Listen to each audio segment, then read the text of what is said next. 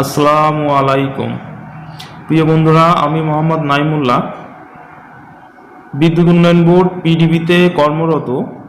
সামনে আগত নিবন্ধন পরীক্ষার জন্য আপনাদের সাথে আসলে কিছু আলোচনা করব। যারা নতুন ভাই বোনেরা আছেন তারা আসলে কিভাবে প্রস্তুতিটা সেরে নেবেন, কিভাবে পড়লে আসলে নিবন্ধন পরীক্ষাতে পাশ করা যায়। সাধারণত 40% মার্ক, মানে 40 পেলেই নিবন্ধন পরীক্ষাতে পাস মার্ক আসে, তবুও 50 মার্ক পেলে কিন্তু আসলে সেফ জোন।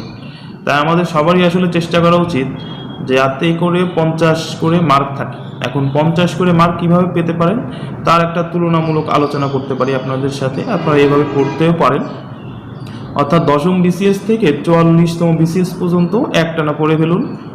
তারপর প্রাইমারির প্রশ্নগুলো পড়ে ফেলুন ব্যাখ্যা ছাড়া। তারপর নিবন্ধনের যে প্রশ্নগুলো আছে সেগুলো পড়ে ফেলুন। তারপর আপনি যার যার পার্সোনাল যে সমস্ত বই আছে সেই সমস্ত বই থেকে বেসিক যে কনসেপ্টগুলো আছে সেগুলো আসলে দেখা শুরু করবেন।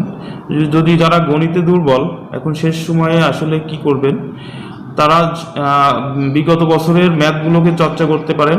আর যারা নতুন তারা কি করতে পারেন, বেসিক জিনিসগুলোকে বারবার করে প্র্যাকটিস করতে পারেন। সেই জন্য খায়রুল বেসিক ম্যাথ আছে। আপনারা যারা নতুন আসলে ম্যাথে দুর্বল তারা খায়রুল বেসিক ম্যাথটা করতে পারেন।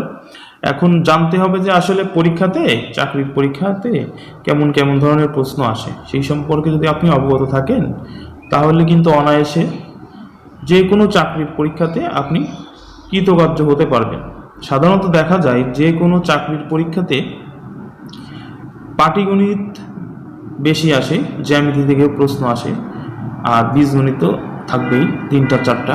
এখন যেহেতু 25টা করে অঙ্ক থাকবে নিবন্ধন পরীক্ষাতে, তাই আপনি যে কাজটা করতে পারেন, পাটিগণিত বেশি থাকবে, সুদ কষা, লসাগু, গড়, তারপরে আছে গড় মধ্যক প্রচুরক, বয়স, তারপর সংখ্যা, বর্গ, তারপর জ্যামিতি অংশের মধ্যে ত্রিভুজ, বর্গ, আয়তক্ষেত্র, সামন্তরিক, এই জাতীয় জিনিসগুলো করলে আশা করা যায় যে আপনি 15টার মতো অঙ্ক করতে পারবেন। আপনি বেসিক জিনিস ধরে ধরে এই পাটিগণিতগুলো অবশ্যই চর্চা করবেন।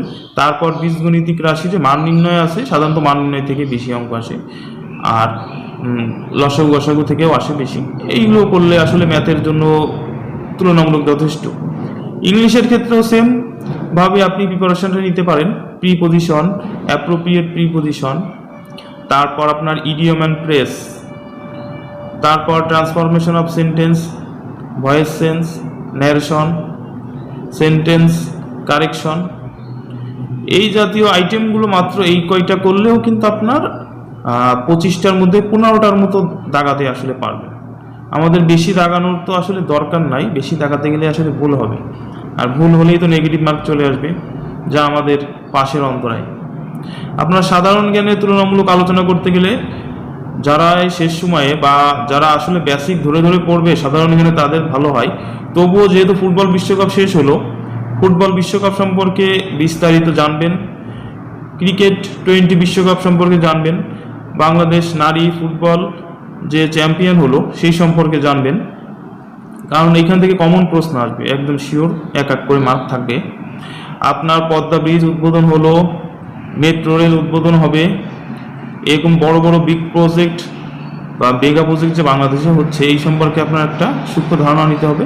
সাম্প্রতিক বিষয়ের প্রশ্ন থেকে সাধারণত 5 থেকে 6টার মতো থাকে।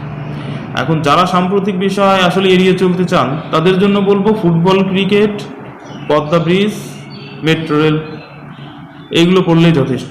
আর বাংলাদেশ থেকে বেশি প্রশ্ন আসে, নিবন্ধন না, যে কোনো সরকারি চাকরির পরীক্ষায় সাধারণত বাংলাদেশ অংশ থেকেই বেশি প্রশ্ন আসে। এখন বাংলাদেশ অংশ থেকে আপনি কিভাবে শুরু করতে পারেন, সেই ক্ষেত্রে আপনি বাংলাদেশের উপনিবেশিক শাসন ব্যবস্থা থেকে শুরু করবেন। এই ক্ষেত্রে আমি বলবো জর্জ MP3 সিরিজটা আপনি ফলো করতে পারেন। এই MP3 সিরিজের বাংলাদেশ এবং আন্তর্জাতিকটা কিনবেন। বাংলাদেশ ঔপনিবেশিক শাসন ব্যবস্থা, পাকিস্তানি আমল দেখবেন, বাংলাদেশের মুক্তিযুদ্ধ, এইখান থেকে কমন প্রশ্ন আসবে একদম। কোনো কিছু পড়লেও না পড়লেও আপনি এখান থেকে পড়ে গেলেও যে কোনো চাকরির পরীক্ষায় আপনি কমন কিছু প্রশ্ন পাবেন।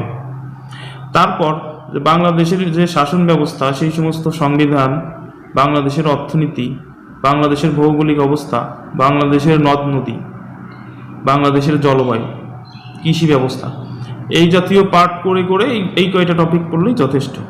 আপনার আন্তর্জাতিক যদি পড়েন, আন্তর্জাতিক নদী নালা, তারপরে ভৌগোলিক প্রণালী, বিভিন্ন ধরনের যে প্রণালী, আন্তর্জাতিক মুদ্রা, রাজধানী, এতটুকু পড়লে আসলে যথেষ্ট, এর বেশি আসে না। আর আমি ব্যক্তিগতভাবে মনে করি আন্তর্জাতিক বেশি পড়লে আন্তর্জাতিকটা আসলে শেষ নাই, সব কিছু সাধারণ জ্ঞানের আসলে শেষ নাই।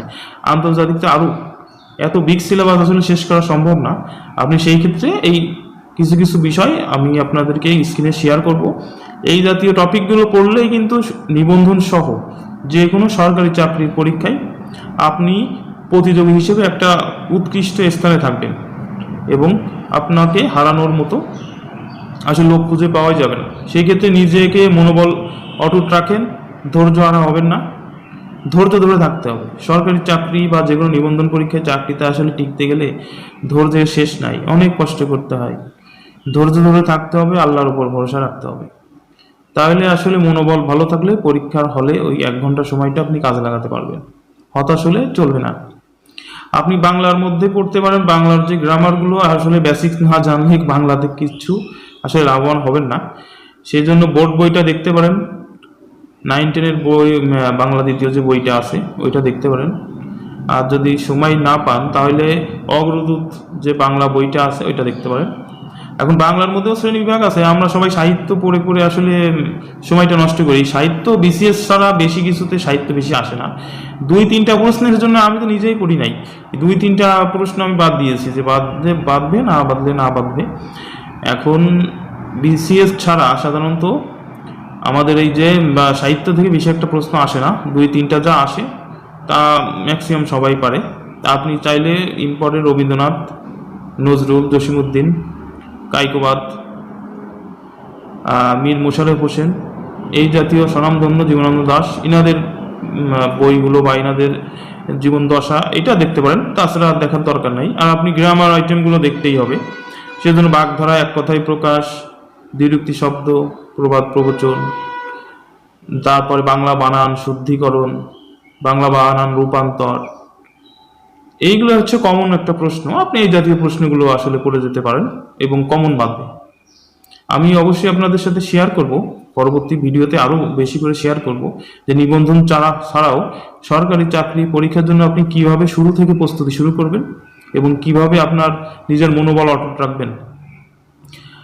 আর এই জাতীয় পড়াশোনা করলে মোটামুটি আপনার একটা পাস মার্ক আসলে থাকবে।